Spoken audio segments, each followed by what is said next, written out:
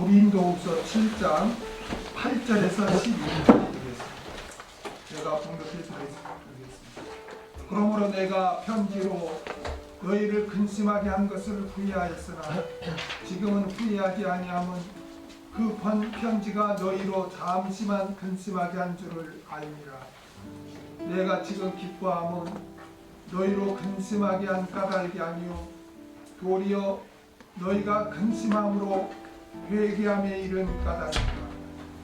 너희가 하나님의 뜻대로 근심하게 된 것은 하나님에게서 우리에게서 아무 해도 받지 않게 하려 하더라. 하나님의 뜻대로 하는 근심은 후회할 것이 없는 구원에 이르게 하는 회개를 하는 것이요 세상 근심은 사망을 이루는 것이니라.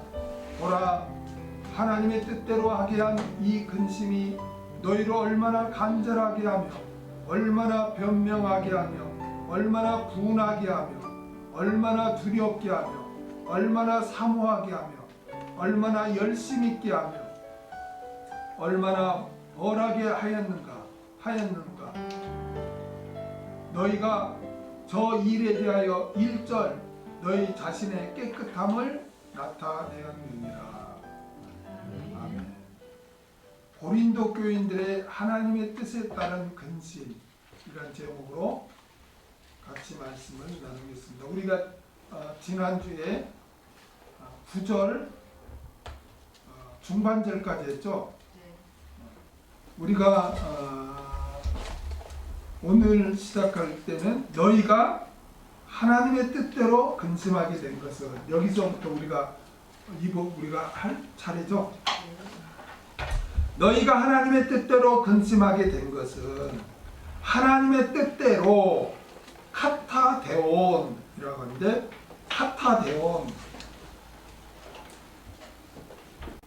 카타는 뭐뭐에 따라서, 데오는 데오스의 데오스, 하나님을 말하죠. 그러니까 우리 개역 성경은 하나님의 뜻대로 이렇게 기록됐지만 원문대로 직역하면 하나님을 따라서,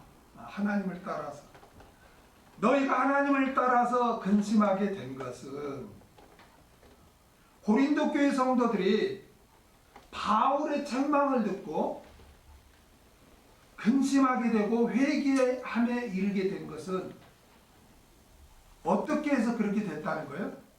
하나님을 따라서 그렇게 됐다는 것입니다. 다시 말하면 하나님의 역사하심이 있었다는 거예요.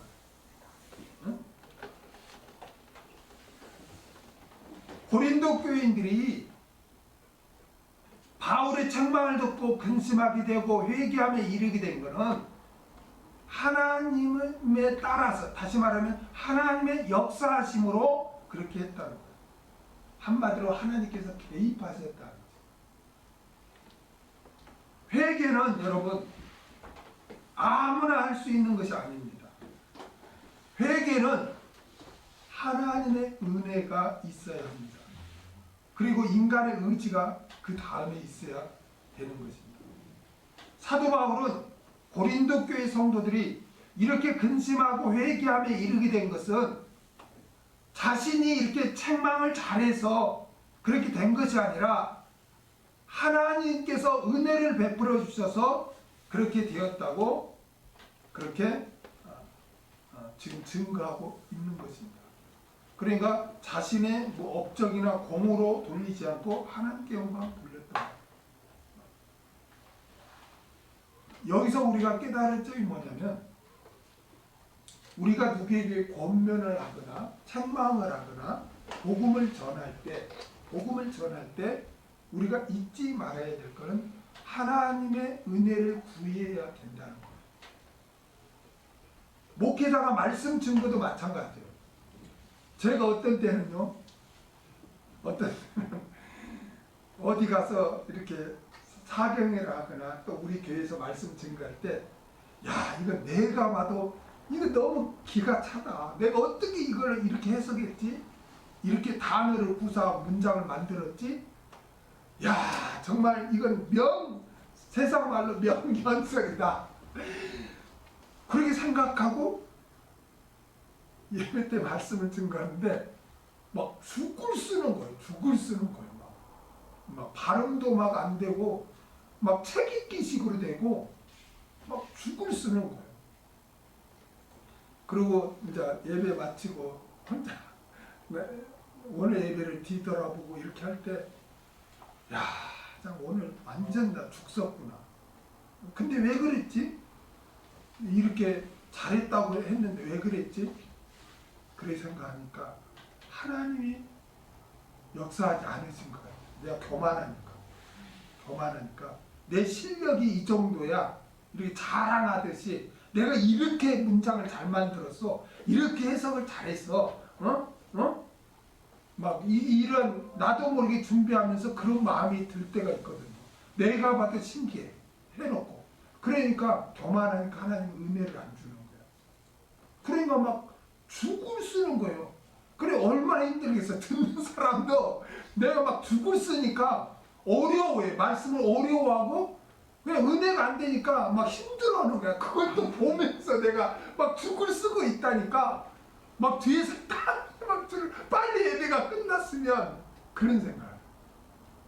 그리고 어떤 때는 말씀을 준비하고 막 하면 내 마음이 아리하다는 건가 뭐야 막 희열이라는 거 뭐 이렇게 막 올라오면서 준비한 거 외에 막 터져나오는 거야.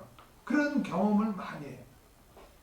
내가 그런 경험을 하면서 하나님께서 우리가 어떤 복음을 전하거나 누구를 권면하거나 누구를 책망할 때도 하나님의 역사가 있어야지 내가 이게 올바른 거야 올바로 내가 지적하고 책망을 해도 하나님께서 역사하지 않으면 상대방도 상처를 받고 그게 먹히지 않는다. 그걸 많이 체험했어. 여기서 바울도 지금 그런 거야. 고린도 교회가 잘못했을 때 그걸 책망을 했잖아요. 근데 그 책망을 듣고 고린도 교회 성도들이 근심하면서 회개를 했어요.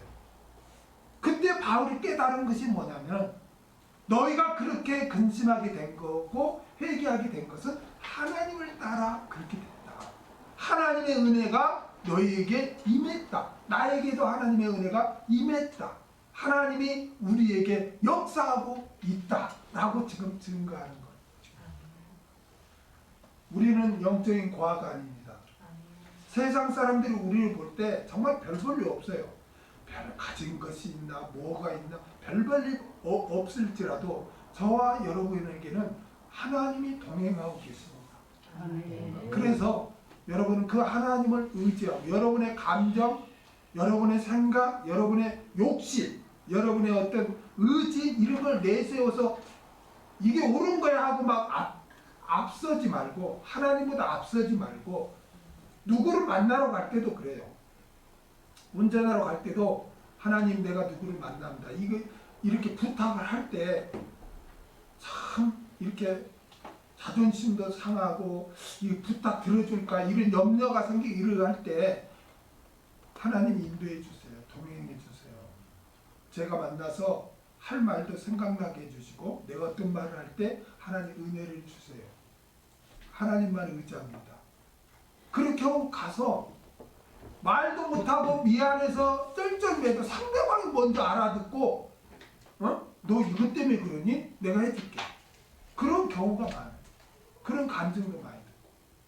그래서 우리는 영적인 과가 아니기 때문에 항상 무슨 일을 하든 누구를 만나든 늘 하나님의 인도하심을 구하고 하나님을 의지할 때 여러분이 어떤 말을 하고 어떤 책망을 하고 복음을 전할 때 하나님께서 역사하실 줄 믿습니다. 그 다음에 우리에게서 아무 해도 받지 않게 하려 함이라. 왜 하나님께서 고린도 교회 성도들이 근심하여 회개함에 이르도록 역사하셨는가에 대한 이유예요.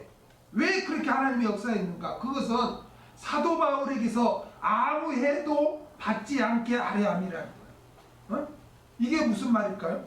왜 사도 바울에게서 아무 해도 받지 않게 한다는 게 무슨 말일까요? 사도 바울이 잘못하고 있는 고린도 교회 성도들을 책망할 때 그 책망을 듣고 혹시 고린도 교회 성도들이 서운하거나 또 서운함을 갖거나 또 낙심해서 믿음에서 떠나버림으로 말미암아 실족하지 않도록 하기 위해서 하나님이 그렇게 역사했다는 거예요. 이렇게 하나님께서는 한 영혼 한 영혼을 세심하게 돌보고 계십니다. 믿습니까? 우리는 사람을 대할 때 내 감정, 내 욕심, 내 생각을 앞세워서는 안 됩니다. 하나님의 인도하심을 구해야 한다. 그럴 때 하나님께서 역사에서 상대방도 상처받지 않고 좋은 관계가 이루어질 줄로 믿습니다. 바울이 고린도 교회를 책망했을 때 고린도 교회 입장에서는 상처를 입고 서운함을 받고 나 교회 안 다녀, 나 예수 안 믿을 거야, 이렇게 해서 실족한다면 그걸 어떻게 보면 사도 바울을 통해서 해를 입는 거나 같아요. 그래서 하나님께서는 사도 바울이 책망했을 때 그 사도 바울의 책망을 듣고 해를 입지 않도록 하나님이 개입해서 그들이 온전히 근심하게 되고 회개할 수 있도록 역사하셨다는 거예요. 그러니까 대인 간의 관계에서도 여러분 하나님이 개입하시면 하나님께서 좋은 관계로 이루어 주실 줄로 믿습니다. 10절 하나님의 뜻대로 하는 근심은 후회할 것이 없는 구원을 이루게 하는 회개를 이루는 것이요 세상 근심은 사망을 이루는 것이니라. 하나님의 뜻대로 하는 근심은 후회할 것이 없는 구원에 이르게 하는 회개를 이루는 것이요. 인간이 자신의 죄로 인한 책망을 받을 때 불안하죠. 그리고 또 괴롭죠. 그래서 근심하는데 이 근심은 두 가지가 있다는 거예요. 두 가지. 그런데 그 결과가 정반대로 나타난다는 거예요. 하나는 하나님을 따라하는 근심이 있대요. 책망을 들을 때 하나님을 따라하는 근심이 있어요. 하나님을 따라하는 근심은 후회할 것이 없는 구원에 이르게 하는 회개를 이룬대요. 아니 우리나라 말인데 읽어놓고 보면 무슨 말인지 모르겠죠. 그렇죠?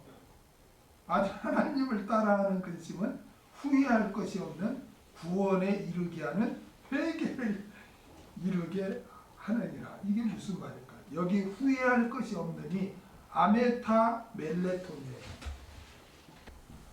아메타 멜레톤이라고 하는데 이게 뭐냐면 취소할 수 없는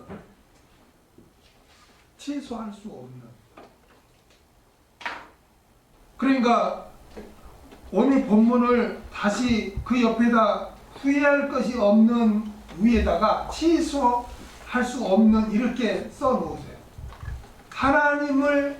하나님의 뜻대로가 하나님을 따라서 하나님을 따라서 하는 근심은 취소할 수 없는 구원을 이루게 하는 회개를 이루는 것이요. 이렇게 해야 돼요. 그러면은 이제 번역이 좀 이해하기가 좀 쉬워요. 이게 무슨 말이냐면 여러분 구원에는 어떤 구원은 어떻게 구성되어 있다고 그랬어요? 구원은 얻은 구원, 이루는 구원, 이루는 구원. 이거 정립해야 돼요. 이것을 신학적인 용어로 칭의 또는 중색, 칭의 또는 중색, 또 성화 또 영화 이렇게 신학적인 용어로 중생 또는 칭의가 얻은 구원이에요. 그다음 이루는 구원은 성화, 이르는 구원은 영화. 어두운 구원은 뭐냐? 어두운 구원은 인간의 공로가 있어요, 없어요? 없어요. 우리는 죽은 자야. 그러니까 하나님을 찾지도 못해. 찾지도 못하고 하나님을 알지도 못하고 믿지도 못해. 영이 죽었으니까. 그런데 하나님께서 은혜를 베풀어서 믿음을 주시는 거야. 그래서 너희가 그 은혜로 믿어짐으로 말미암아 구원을 얻었나니 라고 성경은 말씀하고 있는 거예요. 이게 우리가 믿는 것은 하나님이 은혜로 우리에게 믿음을 주신 거야. 은혜를 베풀어 줬어. 그래서 우리가 구원을 얻은 거예요. 여러분, 우리가 너희는 구원에 있는 거 확증해라 그러잖아요. 그럼 내가 구원을 받은 자인가 아닌가? 뭘로 여러분이 확증할 수 있어요? 믿어지는 건가? 네? 믿어지는 거. 구원을 얻지 못한 사람은 하나님이 우주 천지를 창조하셨다는 걸 믿어질 수가 없어요. 예수님이 처녀의 몸에서 태어났다? 인간의 이성으로 믿을 수가 없어요. 그래서 하나님의 말씀이 믿어지지 않으면은 아직 중생이 안 된 거예요. 믿음을 선물로 못 받았기 때문에. 내가 억지로 교회는 따라 나와도 아직 구원은 얻지 못한 거예요. 근데 어느 순간에 믿어지는 거예요. 그게 어느 순간 믿어지는 거예요. 그렇게 해서 그래서 우리가 구원을 내가 얻은 자인가 하면 하나님의 말씀이 믿어지는가? 이걸 점검하면 돼요. 이걸 점검하면. 성경에 보면 우리가 구원을 얻은 증거를 여러 가지로 우리가 알 수 있어요. 예를 들면 주라고 부를 수 있는가? 믿지 않는데 어찌 부르리요 그러잖아요. 성경에. 그러니까 내가 정말 주님을 주라고 내가 시인하는가? 내가 믿는가? 믿어지는가? 여러 가지로 이렇게 우리가 자신의 믿음을 확증할 수 있는 거예요. 근데 이 어두운 구원은 하나님이 은혜로 믿음을 선물로 주셔서 우리가 믿어짐으로 구원을 얻은 거예요. 이 어두운 구원을 비유로 말하면 갓난아이로 태어난 거야. 근데 한국교회는 나 예수 믿었어? 그럼 나는 이제 구원 문제 다 해결됐어. 이렇게 구원을 구분을 못하니까 혼란스러워 성도들이. 내가 구원을 받았는가? 나 천국 갈 수 있을까? 내가 어떻게 하면 천국 가지? 막 혼란스러워. 우리가 예수를 믿은 것은 갓난아이로 태어난 거야. 갓난아이로 태어났어. 다가 아니에요. 갓난아이로 태어났으면 어떻게 해야 되지? 젖을 먹어야 돼. 그래서 베드로전서에 너희가 신령한 젖을 먹으라 그래요. 말씀을 먹고 성장해야 돼. 말씀에 순종해야 돼. 충성해야 돼. 이게 성화예요. 성화는 하나님의 인도하심에 우리 인간의 행위가 있어야 돼. 구원을 얻는 구원에 있어서는 인간의 행위가 들어갈 수가 없어. 전적으로 하나님의 은혜로 우리가 구원을 얻는 거야. 근데 태어나고 나서 갓난 애가 엄마가 젖을 먹는데 입을 딱 다물고 안 먹어. 안 먹어. 그렇게 되거나 이게 좀 자랐다고 야 너 미음 먹어 밥 먹어 이런데 싫어 안 하는 막걸리 주워 이러면 어떻게 돼요? 죽어 안 죽어? 죽는 거지. 그러니까 믿음과 행함이 있어야지. 우리 한국교회는 너무 은혜를 강조하다 보니까 이 행함을 강조하면 알미니안주의다 뭐다 막 하면서 그냥 전적으로 우리 하나님의 은혜로 산다 이렇게만 생각해. 구원을 얻는 데 있어서는 전적인 하나님의 은혜예요. 그러나 우리가 구원을 얻은 다음에는 하나님이 일방적으로 우리를 대해주는 게 아니에요. 행위 언약에 의해서 우리를 대해주는 거야. 그래서 성경을 읽을 때 여러분이 이 말씀이 은혜 언약인지 행위 언약인지 이 구분만 하고 성경을 읽어도 우리 신앙이 확 업그레이드 될 수 있어요. 예를 들면 자 어떤 말씀이든지 자 구하라 주실 것이요. 행위 언약은 인간이 먼저 나와요. 네가 이렇게 하면 내가 이렇게 해줄게. 이게 하나님과 인간이 맺은 언약을 행위 언약이야. 이걸 쌍방 계약. 구원 얻기 전에는 은혜 언약이야. 왜냐하면 우리는 영이 죽었기 때문에 어떤 행함을 내놓을 수가 없어. 그러니까 하나님이 일방적으로 베풀어줘. 하나님이 먼저 나와. 그래서 사랑을 예를 들면 하나님이 세상을 이처럼 사랑하사 독생자를 주셨으니 하나님이 먼저 나오죠. 그렇죠? 그 다음에 인간이 나와. 이게 은혜 언약이야. 하나님이 일방적으로 베풀어 주는 게 은혜 언약. 근데 너 이제 살아났지? 그러면 너 행해. 이게 행위 언약이야. 그래서 쌍방 계약이야. 자, 똑같은 사랑인데 아까는 은혜 언약 9절에 보면 하나님이 아무개를 이처럼 사랑하사 독생자를 주셨어. 이건 은혜 언약이야. 하나님이 먼저 베풀어줘. 그럼 거기에 인간의 순종이 나와. 이건 은혜 언약이라고. 근데 행위 언약 똑같은 사랑인데도 행위 언약은 뭐냐면은 나를 사랑한 자가 나의 사랑을 입으며 또 이렇게 말씀해. 똑같은 사랑인데 나를 사랑한 자는 이건 누가 먼저 하나님을 사랑해야 한다는 거예요. 구원 얻은 자가 하나님을 사랑하면 나를 사랑한 자가 나의 사랑을 입으면 그럼 내가 너를 사랑해 줄게. 이게 행위 언약이에요. 이해가 돼요? 자, 기도도 마찬가지. 기도도 자, 구하라 주실 것이요. 누가 먼저 구해야 돼? 내가 하나님의 백성이 구하면 그 다음에 주시는 건 누구예요? 하나님. 이게 행위 언약이에요. 행위 언약. 그러니까 성경을 읽을 때 예를 들면 뭐 구제 이런 것도 주라. 그럼 돌려줄 것이니 누르고 흔들어 넘치더라 너에게 안겨주리라. 그러면 뭐예요? 주는 건 누가 먼저 줘? 내가 먼저 구제를 하면 하나님이 누르고. 하나님 보세요. 표현이 보면 벌써 우리 옛날에는 쌀을 살 때 이게 그 말에 대로 사고 막 해. 그렇죠?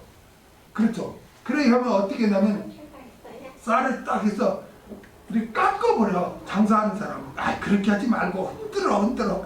그 쌀을 부어놓고 누르고 흔들어 넘치더라야 안겨주리라. 하나님의 풍성하심의 응답이에요. 이게 행위 언약이라고. 그러니까 성화는 하나님의 도우심 가운데 인간이 행해야 돼. 말씀에 순종이 있어야 돼. 이걸 성화라고. 아멘. 이걸 이루는 거예요. 그래서 성경에 보면 너희는 두렵고 떨림으로 너희 구원을 이루라 그래. 구원 문제가 해결된 게 아니에요. 아멘. 그 다음에 이르는 구원이 있어. 자, 얘가 태어나서 먹고 자랐어. 먹고 자라서 자라면 어떻게 돼 이제? 자라면 아버지의 유업을 물러받죠. 장성하니까. 그렇죠? 아버지 유업을 물러받잖아요. 이게 바로 이르는 거예요. 이르는 거는 영화야. 천국에 들어가는 거야. 완전히. 새하늘과 새 땅과 새 예루살렘에 들어가는 거야. 이걸 영화라고 그래. 아멘? 다른 비유를 들면 학생으로 비유 들면 무슨 대학에 합격했어. 이걸 얻은 구원이야. 그러면 모든 게 끝났어? 대학교에 들어가면 어떻게 해야 돼? 공부해야지. 그게 이루는 구원이야.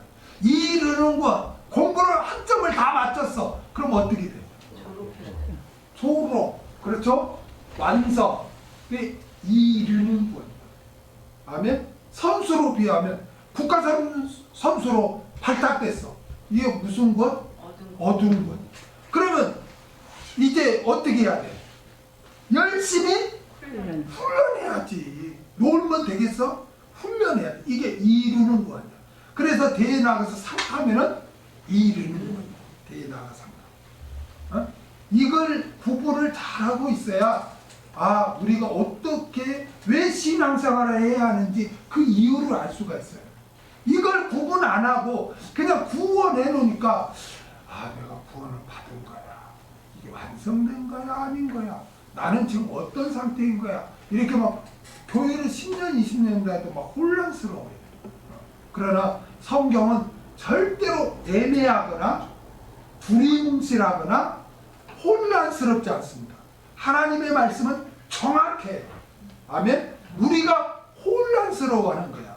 우리가 성경에 읽어놓고도 그 의미를 몰라서 우리가 혼란스럽지, 그 의미를 올바르게 알면은 명쾌하지 왜 혼란스러워? 하나님의 말씀은 막 혼란스럽지 않아요. 두리뭉실하지 않다니까. 명쾌하다니까요. 아멘? 그래서 오늘 본문에서는 후회할 것이 없는 구원이 아니라 뭐예요? 취소할 수 없는 구원이라는 거예요. 아멘? 자, 들어보세요. 영화는 취소가 될 수 있어요? 없어요? 없어요. 우리가 천국에 딱 들어갔는데 거기서 살다가 너 다시 내려가, 무슨 뭐 전설 따라고 삼천리 뭐 어디 가서 다시 뭐 내려오고 연속곡 들어, 그런 게 없어. 아멘? 우리는 영원히 하나님과 함께 사는 거야. 그 취소가 될 수 없어요. 이르는 구원은. 아멘? 완성되면 취소가 될 수 없어요. 그런데 그 하나님과 함께 영원히 사는 그 영화 구원을 이루게 하는 게 바로 회개라는 거예요. 아멘? 회개. 여러분, 우리가 이 세상에 살면서 완벽하게 죄도 안 짓고 살 수 있나요? 없죠. 그래서 성화에는 반드시 회개가 들어가는 거예요. 그리고 우리가 죄를 안 짓고 사는 비결이 또 뭐예요? 말씀에 순종하는 거예요. 아멘? 그래서 성화에는 또 순종이 들어가는 거예요. 그래서 이와 같은 회개의 삶은 바로 취소될 수 없는 영화 구원을 이루게 한다는 거예요. 아멘? 영화 구원을 누리게 한다는 거예요. 그 다음에 세상 근심은 사망을 이루는 것이니라. 자, 또 다른 근심이 있다고 그랬죠?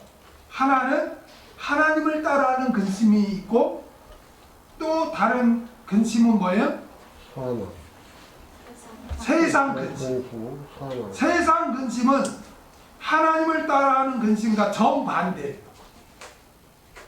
그러므로 세상 근심이란 하나님을 따라하지 않는 근심, 하나님과 상관없는 근심으로서 죄로 인해서 좀 괴로워하기는 해. 죄를 인해서 괴로워하기는 하지만 회개를 할 수가 없다. 회개를 할 수가 없어. 그래서 결국 어떻게 돼요? 사망을 이룬다는 거예요. 사망. 여러분, 성경에 보면요, 성경에 보면 회개를 하지 못하는 자들이 나와요. 한번 볼까요? 마태복음 27장 3절에서 5절. 때 예수를 판 유다가 그의 정죄됨을 보고 스스로 뉘우쳐 그 은 30을 대제사장과 장로들에게 도로 갖다 주며 가로되 내가 무지한 피를 팔고 죄를 범하였도다 하니, 저희가 가로되 그것이 우리에게 무슨 상관이 있느냐, 내가 당하라 하거늘 유다가 은을 성소에 던져놓고 물러가서 스스로 목매어 죽은지라. 가룟 유다는 은산시에 예수님을 판 것에 대해서 막 근심을 했어. 괴로워했어. 그런데 회개를 했어요? 못했어요? 회개를 못했어요. 괴로워는 했는데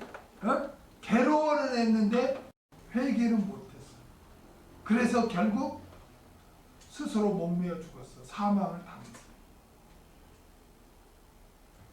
그러니까 이렇게 어떤 사람은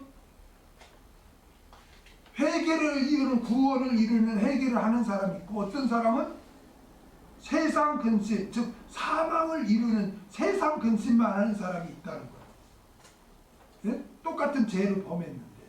자, 한 구절만 더 보겠습니다. 히브리서 12장 16절에서 17절.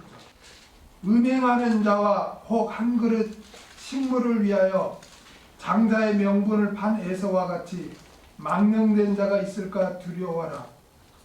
너희 아는 바와 같이 저가 그 후에 축복을 기업으로 받으려고 눈물을 흘리며 구하되 버림바가 되어 회개할 기회를 얻지 못하였느니라.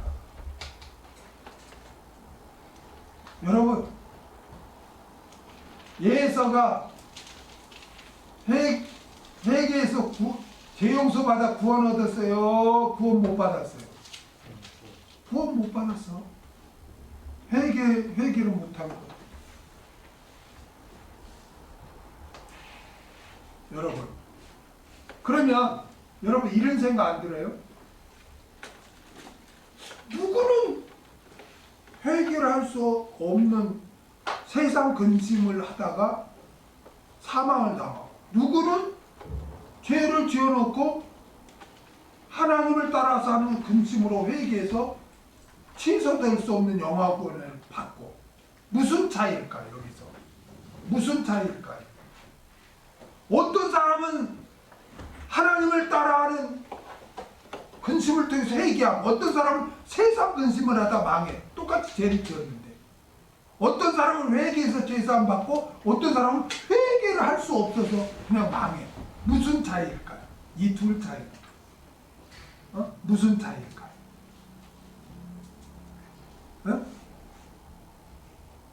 하나, 믿음?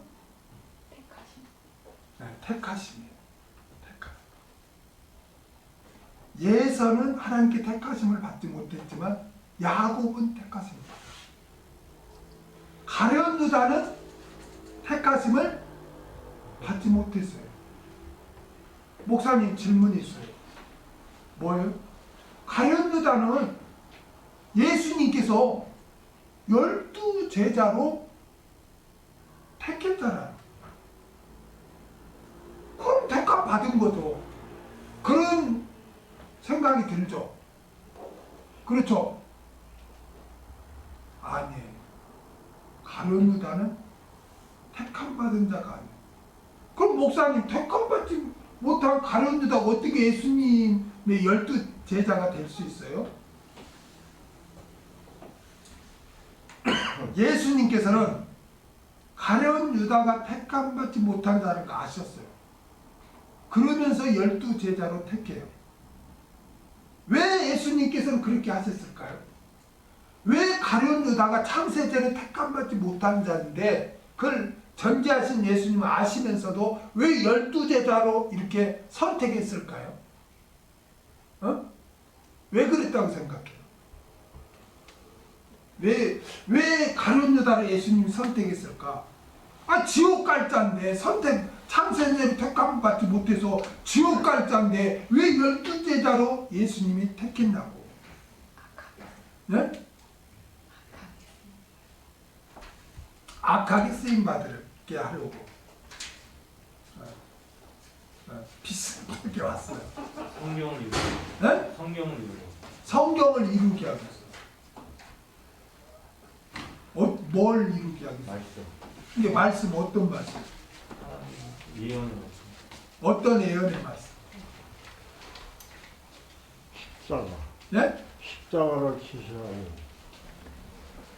구약의 메시아에 대한 예언이, 메시아는 가장 가까운 자에게서 배반당한다는 말씀이 있어요. 메시아에 대한 예언.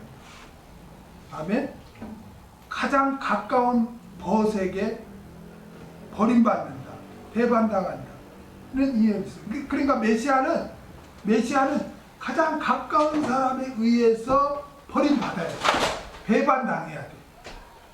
그래서 그 메시아에 대한 예언을 성취하시기 위해서 하나님께서는 가룟 유다를 12 제자로 선택한 거예요. 이해가 돼요? 메시아는 가장 가까운 사람에게 배반당해야 돼요. 어? 그게 구약의 예언이에요. 메시아에 대한 예언. 이해가 됩니까? 저 구약의 메시아는 가장 가까운 자에게서 버림받는다. 어? 그 예언이 있는데 그 예언을 성취가 돼야 돼요. 어? 성취가 돼야 돼요. 만약 그 예언이 성취가 안 되면 예수님은 메시아가 될 수가 없어요. 메시아는 왜 예수님 메시아냐면 구약 메시아에 대한 예언이 100% 성취돼야 돼요. 성취된 분이 메시아예요. 그런데 구약의 메시아는 가까운 벗에게 버림받는다는 예언이 있어. 어? 그러니까 그 예언대로 성취하기 위해서 하나님은 가룟 유다를 선택한 거예요. 12제자. 그래서 배반하게끔 배반하는 데 쓰임받도록 도구로 그렇게 한 거예요.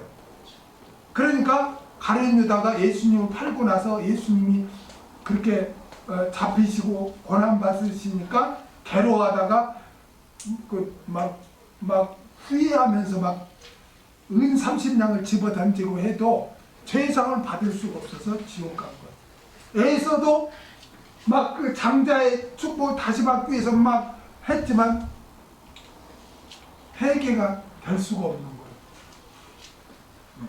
그렇다면 여러분, 저와 여러분은 어떤 자입니까? 저와 여러분, 하나님을 따라 근심하며 회개하는 자. 할렐루야. 우리들은.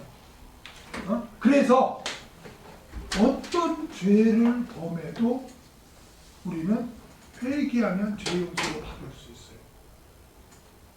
아멘? 아멘. 이것보다 더 큰 은혜가 어디가 있어요? 그런데 소위 하나님을 믿는다고 사람들이 회개를 잘해요, 안 해요? 회개를 잘 안 해요. 구약시대 때처럼 너희가 죄사함 받으려면 뭐 양 한 마리 끌고 와라, 소 한 마리 끌고 와라, 뭐 돈 없냐? 그럼 비둘기라도 한 마리 가져와라. 그래서 죄사함 받으라 하면 아주 그냥 얼마나 열심히 했는지 몰라요. 막 전라도에서 서울까지 끌고 예루살렘 그리 떨어져서 끌고 온다니까. 그래 나중에는 너무나 먼 데서부터 막 짐승을 끌고 오니까 이게 막 병에 걸려 죽고 막 하니까 너희들 그렇게 하지 말고 예루살렘에 와서 양을 사서 뭐 해라. 그래서 환전이 나오고 그래서 막 장사꾼들이 나오는 거예요. 그러니까 구약 시대 때 제사 받으려면 그 짐승을 바쳐야 제사함이 받았어요. 그러니까 얼마나 막 열심히인지 몰라. 그런데 죄사함도 너 짐승 한 마리 잡아 그러면 막 길을 쓰고 오는데 은혜로 그냥 네가 예수님의 보혈의 공로를 의지해서 회개하면 죄 용서해 줄게 하니까 그냥 공짜 같아가지고 그냥 예수님의 공로로 회개하면 용서해 준다는데도 안 해. 회개를 안 해. 회개를 안 하고 그냥 막 잠자고 그냥 하루 이틀 막 회개도 않고 그냥 보내고 나중에 어려움을 오면 이게 왜 왔는지도 몰라. 늘 회개하는 삶을 살면은 하나님의 섭리와 감사받음을 알 수 있거든.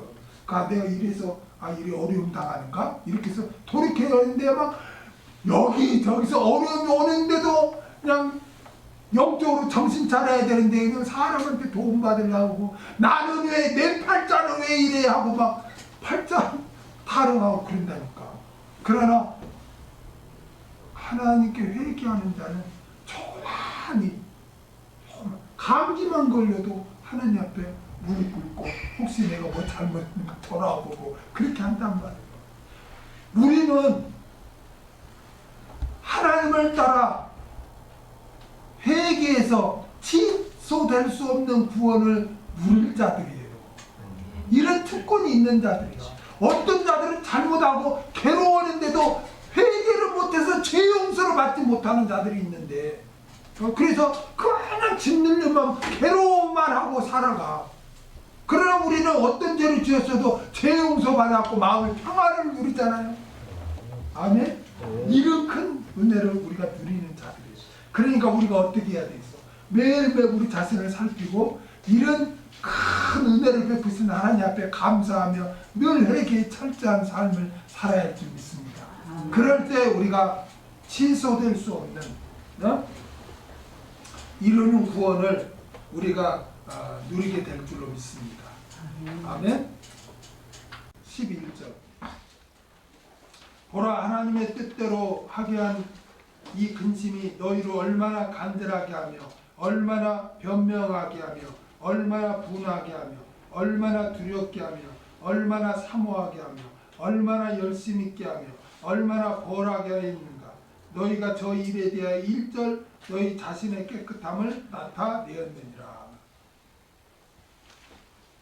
하나님의 뜻대로 하게 한 이 근심이, 고린도 교인들이 하나님을 따라한 근심이 고린도 교회 교인들로 하여금 어떤 구체적인 회개의 반응을 나타나게 하였는지를 이제 기록하는 거야.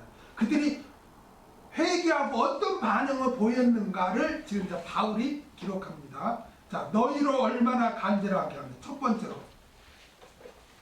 하나님의 뜻대로 하게 한 근심은 간절하게 했습니다. 간절하게 했어요. 여기 간절하게를 스푸덴이라고 하는데 열심, 진심이라는 뜻이에요.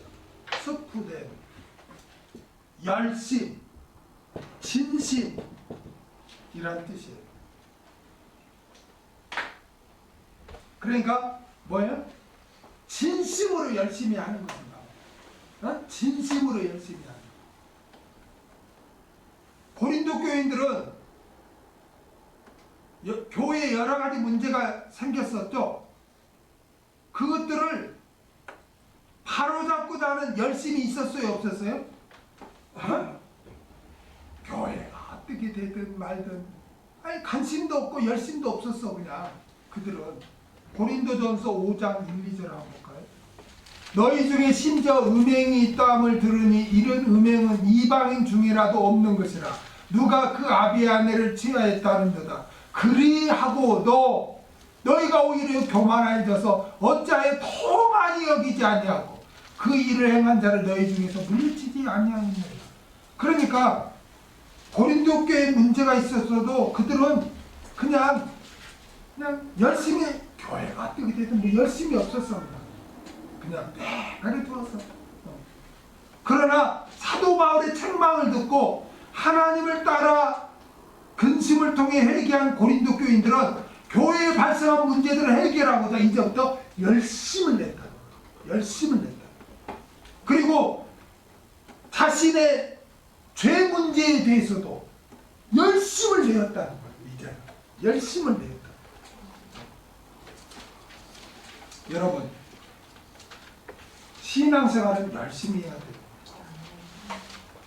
여러분, 우리가 사회생활을 해도요, 항상 열심히 해야 된다. 내가 가사 일을 해도 항상 열심히 해야 된다. 이 마음이 딱 돼야 돼요. 여러분, 성을 빼앗는 것보다 마음이 무너지면 성을 지키는 것보다 더 쉽게 무너진다는 거예요. 성경. 무릇 지키는 말할 때가 더욱 내 마음을 지켜라. 왜 사람이 자살을 그렇게 합니까? 마음이 무너지니까 그러니까. 마음이 무너지니까 자살해버립니다. 그래서 무릎 지키는 것보다 마음을 지키는 게 굉장히 중요해요. 그래서 항상 우리가 마음에 무장을 하고 있어야 돼요. 그래서 나는 뭘 하든지 나는 열심히 하겠다. 어떤 사람은 그 마음이 무너지니까 가사 일을 하는데도 마음이 무너지니까 설거지 하는 것도 귀찮고, 그래서 어떤지 막 뉴스에 나오고 보면 설거지를 안 해가지고 며칠 그릇을 막상 먹는 대로 여기 저기 즉석식품만 그냥 버리기도 싫어. 그냥 그래 온 집안이 막 그 쓰레기 그 소굴처럼 돼. 왜 그래? 가사 일에 내가 열심을 해야 되겠다 마음이 무너져 버리니까 그냥 모든 게 하기 싫은 거야. 공부도 그냥 대충 막 되는 대로 하면 안 돼. 그냥 마음부터 딱 잡고 내가 어떻게 해야 되겠다. 그렇게 하고 열심을 내야 뭘 하는 거지. 뭐든지 열심히 하지 않고 사업도 그냥 되는 대로 그냥 어떻게 되겠지. 이렇게 하면은 누가 도와주고 싶어도 안 돼. 뭘 하려고 막 열심히 하면 옆에서 볼 때 아, 저 사람 진국이네. 그러면 자기가 연관되면 막 해주고 싶어. 근데 그냥 뭐 도와주려고 해도 그냥 괜찮아요. 그러면 열심히 없어. 그럼 도와주고 싶은 마음이 없는 거야. 그래 뭐든지 우리가 열심히 해야 돼. 가사도 열심히 해야 되고 청소도 잘하고 집안정리 잘하고 열심히 해야 되고 공부도 열심히 해야 되고 직장생활도 열심히 해야 되고 사업도 열심히 해야 되고 무엇보다도 신앙생활에 있어서는 열심히 해야 돼. 고린도 교회는 사도 바울의 책망을 듣고 회개한 후 딱 첫 번째 나타난 현상이 뭐냐? 그거는 진심으로 열심히 했다는 거야. 진심으로 열심히 했다는 거야. 회개했으면서도 열심히 했고 옛날과 똑같다. 그러면 그건 회개했다고 볼 수가 없다. 그 다음에 얼마나 변명하게 하며, 두 번째로 하나님의 뜻대로 하게 한 근심은 변명하게 했다는 거예요. 변명하게 하면을 아폴로 기한이라고 해요. 이 아폴로 기한이라는 단어는 변명, 반성, 사과 그런 뜻이에요. 여기서는 반성과 사과죠. 그러니까 얼마나 변명하게 하며라고 하는 것보다 얼마나 반성하고 사과하며 이렇게 옆에서 써놓으면 성경 읽기가 더 이해가 더 쉽죠. 반성하고 사과하며. 저를 보세요. 여러분 그 영어 해석을 할 때 영어 어떤 단어에는 한 가지 뜻만 있는 게 아니고 어떤 걸 막 열 몇 가지가 있고 어떤 걸 두세 가지가 있고 하잖아요. 그러면 이 내용 뜻 의미가 많은 것 중에서 이 문맥을 보고 어떤 걸 적용해야 되냐, 이 적용을 잘하는 게 이 해석을 잘하는 거예요. 엉뚱한 의미를 적용해 버리면 막 완전 해석이 이상해지는 거야. 헬라어도 마찬가지야. 헬라어도 영어가 헬라어 다 뿌리가 헬라어잖아요. 헬라어에서 라틴어가 나오고 라틴어에서 영어가 나오고 그러잖아요. 그러니까 한 단어에 여러 가지 뜻이 있어. 그러면은 이 단어에서 여러 가지 뜻 중에 거기에 그 문맥에 맞는 합당한 의미를 적용해야 돼. 근데 우리 개혁 성경은 뭐 잘했는데 어떤 부분에는 약간 의미 적용을 잘못하니까 읽어놓고 무슨 뜻인 거예요. 여기서 얼마나 변명하게 하며, 그러니까 아니 회개한 사람들이 무슨 변명을 해. 말이 안 맞죠. 그렇죠. 앞뒤 문맥에 의하면 이들이 지금 회개에서 나타난 현상을 지금 바울이 이렇게 열거하는데 회개한 자들이 변명한다는 게 말이 돼요? 여기서는 변명이 아니라 뭐예요? 반성과 사과하며 그런 뜻이에요. 고린도 교회 성도들은 자신의 잘못을 반성하고 사과했어요. 반성하고 사과한다는 건 용서를 구하는 거예요. 아멘? 진정한 그리스도인은 자신의 잘못을 반성하고 사과를 하며 용서를 구해야 합니다. 하나님께도 그렇게 해야 돼요. 그렇지만 대인관계에 있어서도 내가 누구에게 잘못하고 상처를 주고 실수를 했으면 거기에 대해서 반성하고 사과를 하는 게 진정한 용기 있는 자예요. 아멘? 그렇게 하기 싫어요? 우리가 완벽하지 않잖아요. 우리가 부족해서 남에게 남편이나 아내나 부모나 자식에게도 상처를 주고 우리가 실수할 수 있잖아요. 근데 그것도 우리가 내가 잘못했다. 이렇게 용서를 구하고 사과하고 반성하고 하는 게 그게 진정한 그리스도인이라는 거예요. 아멘? 고린도 교회 성도들은 바울이 책망했을 때 그들은 회개한 다음에 자신들이 바울을 얼마나 비방했어요. 그렇죠? 네가 사도냐 막 비방했잖아요. 사역의 신실성을 의심했잖아요. 그래서 그들은 회개한 다음에 바울을 향해서 반성하고 사과했다고. 우리가 잘못했습니다. 그동안. 이게 얼마나 멋있어요. 이게 회개한 자의 어떤 나타나는 현상입니다. 그 다음에 얼마나 분하게 하면, 세 번째, 하나님의 뜻대로 하게 한 근심은 분하게 했다는 거예요. 분하게 했다. 고린도 교회 교인들은 사도 바울의 책망과 권면을 듣고 분을 냈다는 거예요. 여러분, 뭐에 대해서 분을 냈을까요? 죄에 대해서 또 거짓 교사들에 대해서 분을 낸다.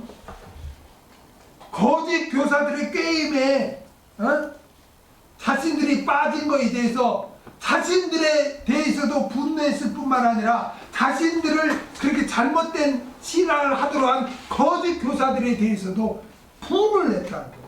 그 전에는 그렇게 했어요? 안 했어요? 안 했어. 그냥 그들이 막 잘못된 가르침에 대해서 그런가 하고 막 거기에 따르고 동조하기까지 막 했어요. 그러나 바울의 책망을 놓고 진정으로 회개한 다음에는 자신에게 그렇게 잘못 가르치는 거짓 교사들에게도 분을 냈고, 그 다음에 그런 꾀임에 빠져서 자기가 잘못된 신앙생활을 한 자기 자신에 대해서도 분을 냈다는 거예요. 들어보세요. 우리 그리스도인은 나와 관계된 사람에 대해서는 관대해야 돼요. 분을 내서는 안 돼요. 그러나 나에게 있어서는 분을 내야 돼요. 관대하면 안 돼요. 내 자신에 대해서 엄격해야 된다. 그럴 때 우리가 신앙생활 잘할 수 있어요. 남이 할 때는 그냥 조금만 못 봐주고 막 하면서, 자신이 할 때는 그냥 하나없이 관대해. 남이 하면 불륜이고 자기가 하면 로맨스. 이 세상 말을 따지면. 그리스도인은 그렇게 하는 게 아니에요. 그리스도인은 나와 관계된 사람이 실수하고 잘못하더라도 그걸 용납하고 관대하게 대해야 돼요. 그럴 수도 있다. 그렇게 해야 돼요. 그러나 내 자신에 대해서는 그렇게 관대해서는 안 돼요. 내 자신에 대해서는 내가 죄를 지은 거에 대해서는 분을 내야 돼요. 그래야 우리가 죄와 싸워서 이길 수가 있어. 근데 내가 죄를 범해놓고 내 자신한테 그럴 수도 있어. 그렇게 하면 안 돼. 내 자신한테 너는 왜 그래? 너는 그렇게 배우고 은혜 받았으면 왜 그렇게 살아? 하고 분을 내야지. 그래서 성경에는 의분이라는 게 있어. 의분. 그걸 우리가 잘해야 돼요. 분은 내서는 안 되는데 의분은 내야 돼. 예수님도 의분은 냈잖아. 이 독사의 새끼들아 하면서 의분은 냈잖아. 그렇죠?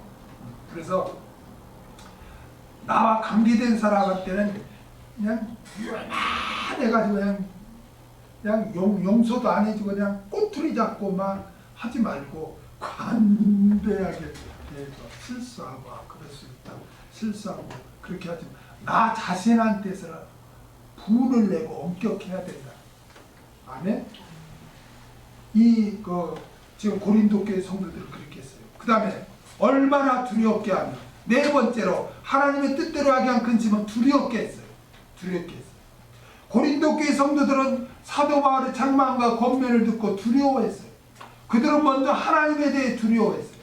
공의로우신 하나님은 죄에 대해서 진노와 심판을 하신다는 것을 깨닫고 하나님을 두려워했어요.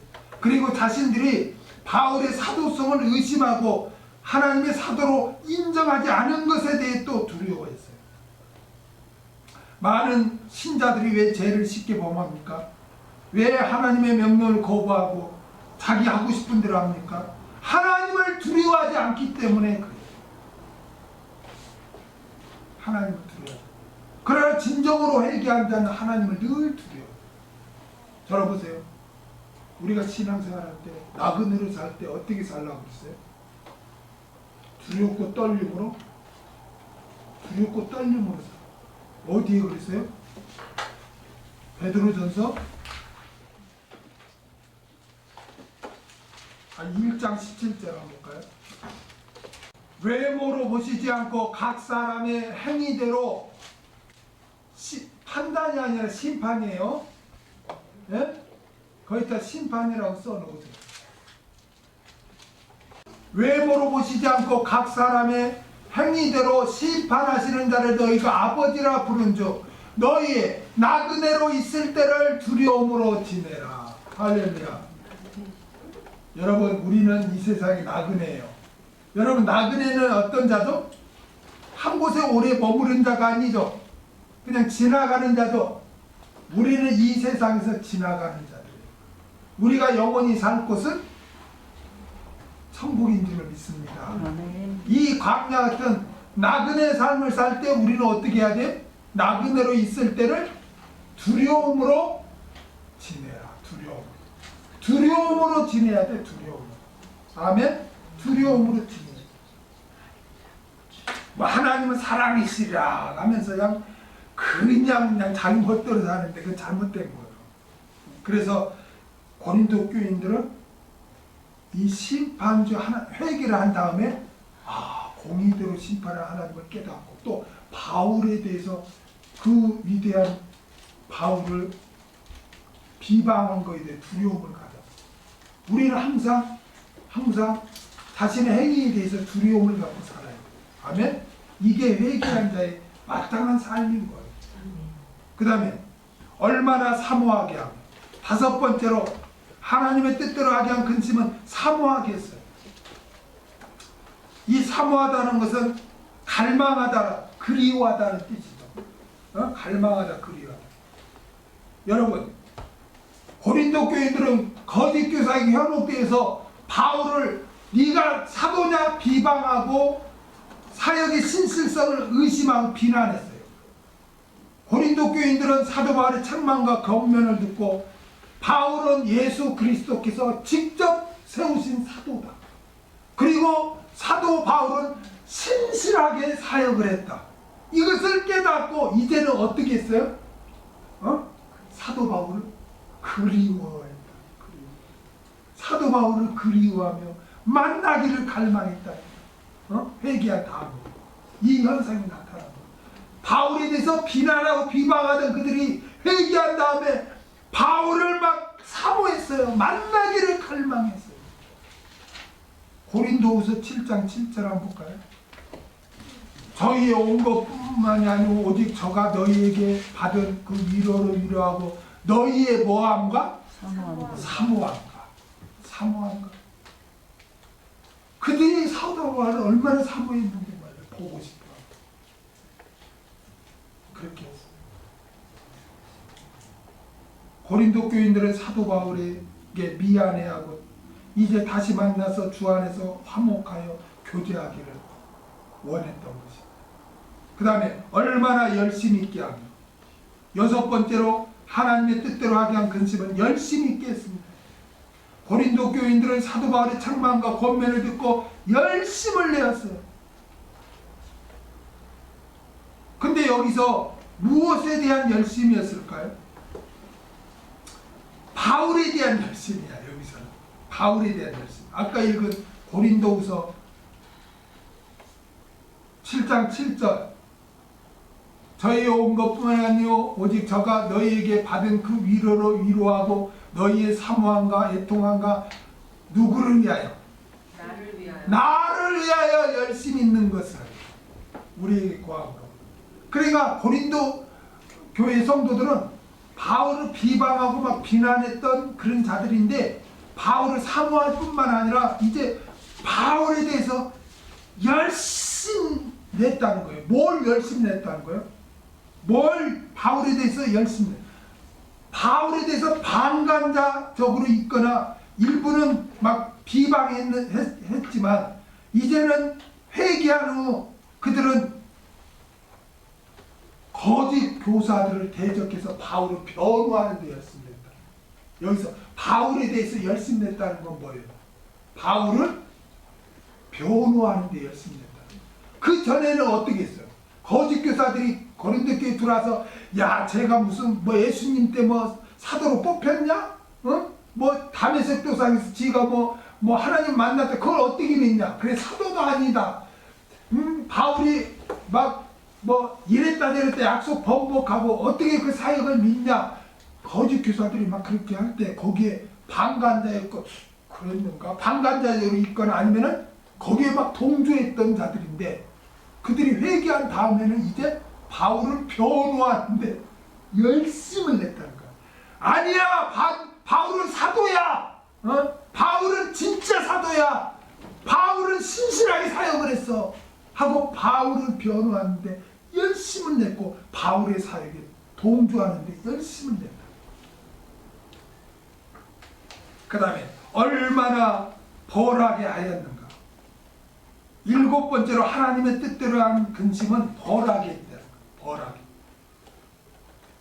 여기 벌하게 하였는가를 에디케신이라고 하는데 에디케신이라고 하는데 처벌하다. 처벌하다. 그런 뜻. 처벌하다. 그러니까 고린도 교회 성도들은 사도 바울의 책망과 권면을 듣고 회개한 후에 거짓 교사들을 처벌했다. 나가라! 우리 교회에서 나가라! 징계하고 내쫓고 처벌을 했어. 얼마나 담대해. 처벌했어. 그리고 교회에 막 근친상간을 하고 우상 숭배를 하고 분쟁을 하고 이런 교회를 망가뜨리는 자들에게 단호하게 처벌했어. 나가라! 나가라. 그렇게 처벌했어. 그래서 교회가 정화가 됐다. 그래서.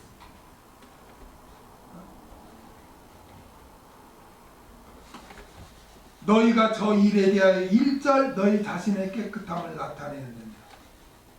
여기서 저 일은 사건이라는 뜻으로 고린도 교회에 발생한 문제들로 어떤 문제들이 있었어요? 분쟁, 근친상간, 음란, 소송사건, 우상숭배, 또 은사 문제, 또 바울의 사도성을 비방한 일.